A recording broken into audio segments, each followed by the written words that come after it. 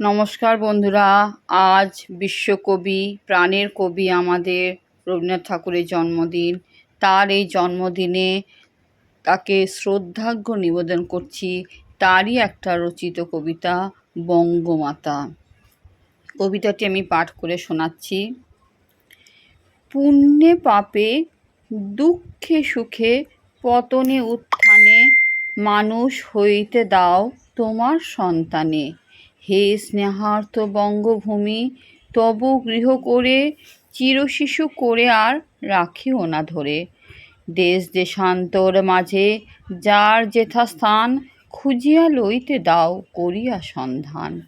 পদে পদে ছোট ছোট নিষেধের ডোরে বেঁধে বেঁধে রাখিও না ভালো ছেলে করে। প্রাণ দিয়ে দুঃখ সয়ে আপনার হাতে সংগ্রাম করিতে দাও ভালো মন্দর সাথে।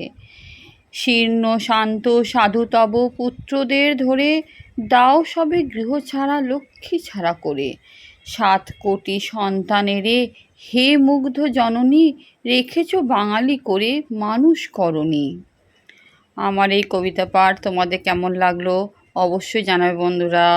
থ্যাংক ইউ বন্ধুরা।